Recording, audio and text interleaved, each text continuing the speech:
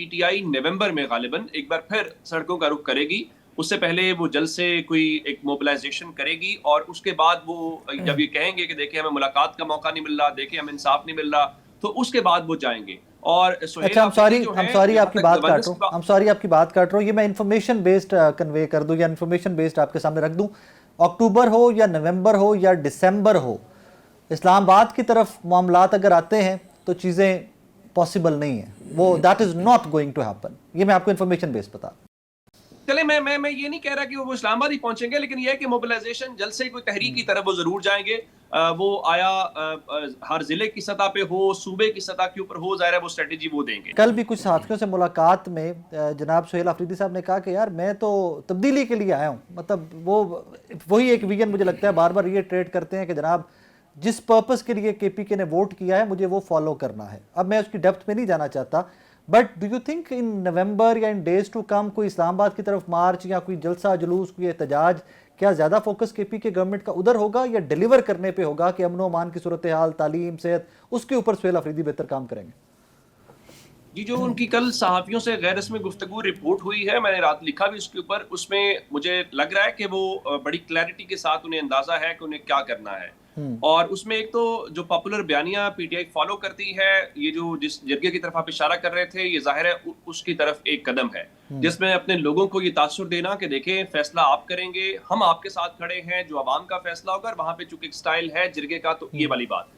دوسری بات جو صحافیوں سے انہیں بات کی, اس سے میں اندازہ ہوتا ہے کہ وہ اتمام حجت کے لیے تمام جو لیگل فورمز ہیں ان کو فی الحال فالو کریں گے, جس طرح انہوں نے پنجاب گورنمنٹ کو لکھا, وفاق کو لکھا, سپریم کورٹ کی چیف جسٹس صاحب کو لکھا, اور پھر ان کی پیٹیشن بھی فکس ہو گئی ہے منڈے والے دن. تو یوں لگ رہا ہے کہ زمشن یہ ہے کہ پی ٹی آئی نومبر میں غالباً ایک بار پھر سڑکوں کا رخ کرے گی.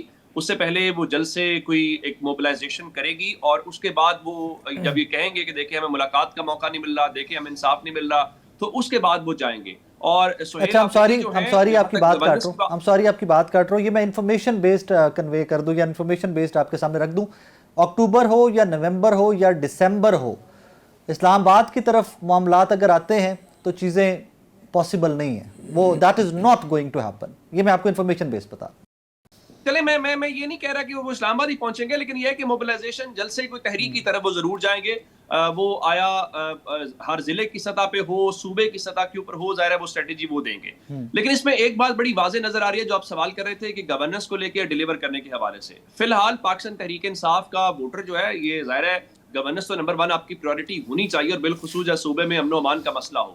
لیکن فی الحال تحریک انصاف کا ووٹر, تحریک انصاف کی لیڈرشپ ایک ہی بات کے اوپر ہے. دیکھیں آپ نے گنڈا پور کو کیوں ہٹایا ہے؟ آپ نے اس لیے ہٹایا کہ آپ وہ کام نہیں کر پائے, آپ وہ موبلائزیشن نہیں کر پائے, یا آپ کوئی بریک تھرو نہیں کر پائے, آپ سٹریٹ کے ذریعے وہ پریشر بلڈ نہیں کر پائے, یا ان کے بارے میں کہا گیا کہ وہ ان کوارٹرز کے ساتھ ملے ہوئے ہیں یا ان کے اشاروں کے اوپر چل رہے ہیں.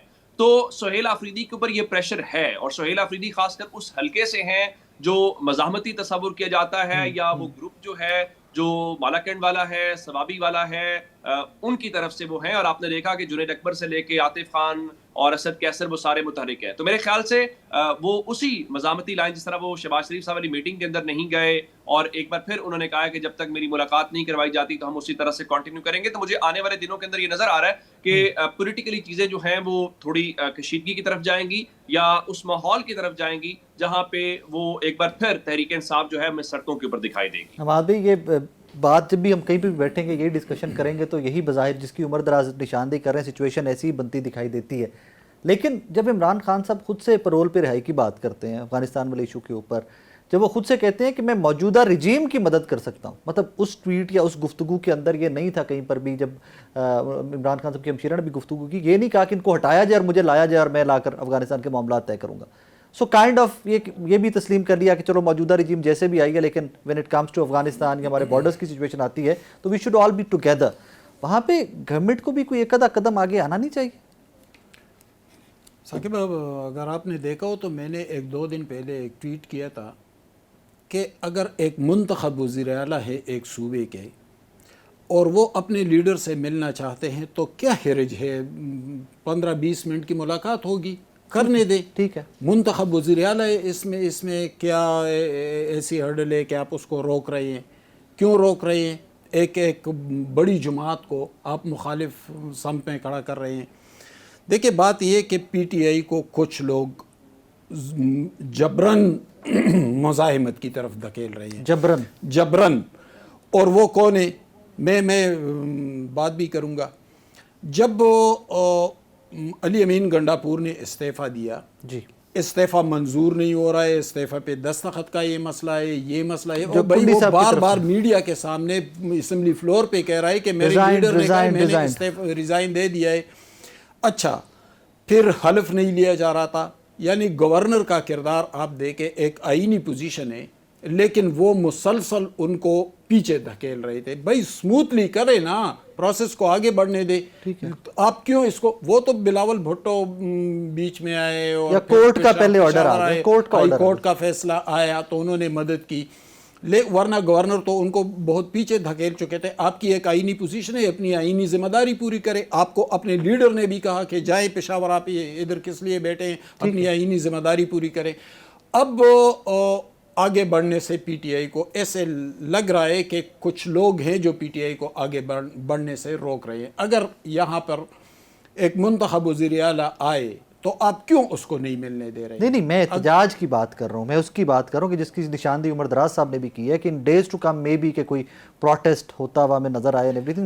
دیکھیں پروٹیسٹ کے پرامن پروٹیسٹ ہر سیاسی جماعت کا حق ہے، لیکن دیکھیں جو سینیریو بنا ہے نا وہ تو ہے ہی پروٹیسٹ کا. یعنی اس میں زیادہ تر آئی ایس ایف کے لوگ تھے. کل ابھی گوندر صاحب بات کر رہے تھے کہ کل صحافیوں سے ملے، صحافیوں سے جب وہ مل رہے تھے تو بھائی وہ تو چیف منسٹر ہیں، لیکن مینا خان افریدی کی کیا پوزیشن ہے سوائے ایک ایم پی اے کے؟ اس کے ساتھ والی کرسی مینا خان افریدی کی لگی ہے. اور جب وہ صحافیوں سے کوئی بات کرتے تھے تو پھر مینا خان افریدی صحافیوں سے کہتے ہیں میں نے کچھ ایڈ کرنا ہے. بھائی آپ کے اور ان کی پوزیشن میں بہت آپ میرے سے بہتر جانتے ہیں، آپ کے پی کے پولیٹکس ہم دونوں سے بہتر جانتے ہیں، لیکن واٹ آئی ہرڈ آف مینا خان، سہیل افریدی یہ کلاس فیلوز بھی ہیں، اور شاہد خٹک صاحب، یہ تینوں کا گروپ آئی ایس ایف سے یونیورسٹی میں اکٹھے پڑھتے رہے.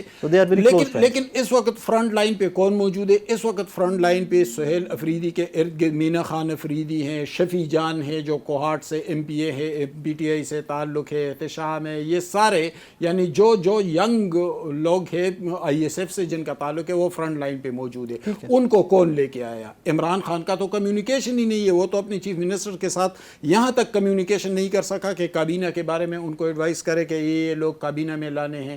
تو پھر وہ تو نہیں کر رہا ہے، پھر کون کر رہا ہے؟ یہ کمیونیکیشن کہاں سے ہو رہی ہے؟ خیر میں اس ڈیٹیل میں نہیں جاؤں گا. احتجاج کی فضا شاید عمران خان نہیں بنا رہے ہیں، لگ ایسے رہا ہے کہ کوئی اور بنا رہا ہے. لیکن معاملات بہتری کی جانب جانے چاہیے، بہتری کی جانب جانے چاہیے. مینڈیٹ حاصل ہے، ان کو چلنے دینا چاہیے. فیڈرل گورنمنٹ کو بھی ان کے ساتھ کوارڈینیشن بڑھا دینی چاہیے اور فیسیلیٹیٹ کر دینا چاہیے. اگر وہ اپنے لیڈر سے ملنا چاہتے ہیں تو پرائم منسٹر صاحب کو بھی اس میں رول ادا کرنا چاہیے.